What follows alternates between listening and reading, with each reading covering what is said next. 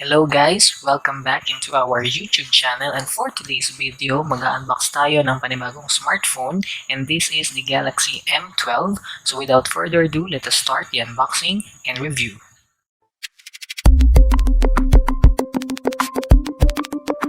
Audio Jungle.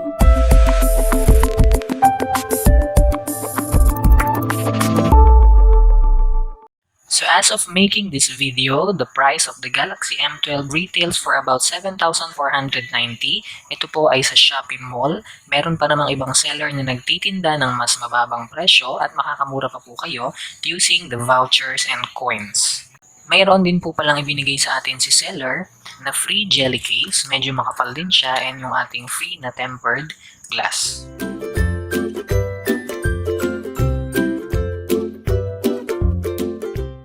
So upon opening the box po, makikita natin na mauunang makita yung ating small box. And what we have inside is the warranty card, booklet, and the quick start guide manual. Following dito sa ating small box inside is the unit itself, the Samsung Galaxy M12. And the color that we have is the green. Meron din itong 3 color availables, the black, green, and the blue. Pero itong pagka-blue niya is parang blue-green. And inside the box itself again, meron pa rin tayong kasama dito na 15 watts na power brick, ang ating pin ejector, ang ating earphones na may 3.5mm audio port and merong volume controls, and yung ating USB Type-C to USB Type-A na cable. So para po sa kanyang 6 screen size, ito po ay mayroong 6.5 inches na screen display, PLS LCD na may 90Hz screen refresh rate, 720 by 1600 pixels. Ito din po ay naka 20:9 na aspect ratio, at ito po ay mayroon ding 267 ppi density. Sa right side naman po, makikita natin yung kanyang power button which doubles as the fingerprint scanner, ang kanyang volume controls, at may makikita pa tayo dito ng mga plastic sa gilid. Sa left side po, makikita natin ang kanyang card slot tray. Ito ay dual SIM and expandable via micro SD card slot. Sa upper part or sa taas naman po, makikita natin yung kanyang single microphone. At sa baba po, makikita natin ang kanyang 3.5mm audio port, microphone, USB Type-C port, at single firing speaker. And ito po yung ating likod na mayroong quad camera setup. Main camera is 48 megapixels, 5 megapixel ultra-wide, 2 megapixel macro, and 2 megapixel depth sensor. Mayroon din po tayong flash, and as you can see, yung ating back panel or ating back casing is matte na mayroong stripes design. Pero hindi naman siya emboss or hindi siya nakaangat, so it's design lang. And yung device natin is medyo may kakapalan.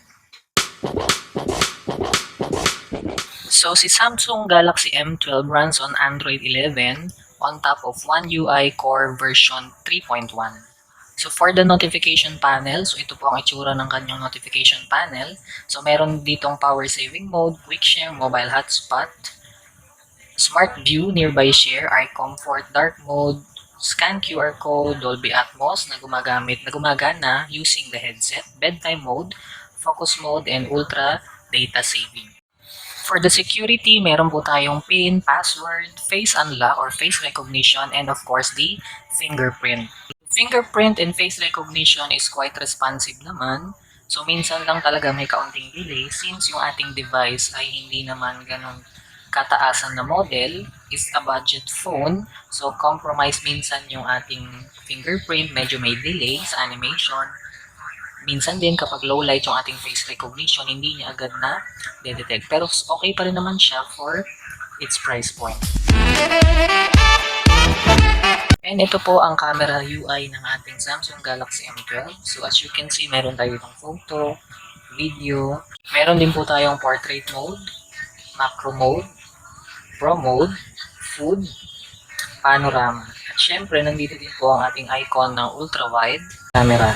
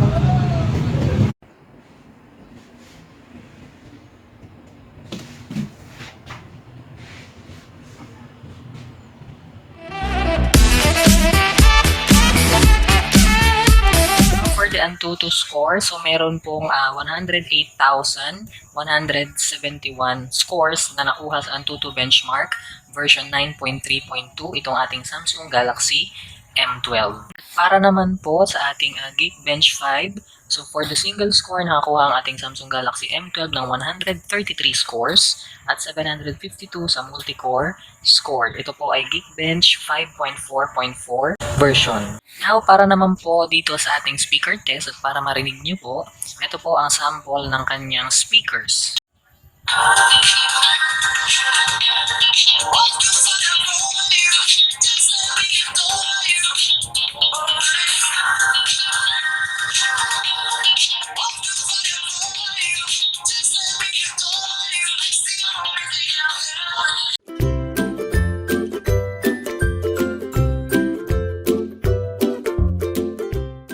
For the battery naman po nitong ating Samsung Galaxy M12, ito po ay mayroong 5,000 mAh of battery capacity. And for my personal experience, matagal-tagal siyang malobat since nga na siya ay naka 720p at maganda-ganda yung battery performance nitong cellphone na ito.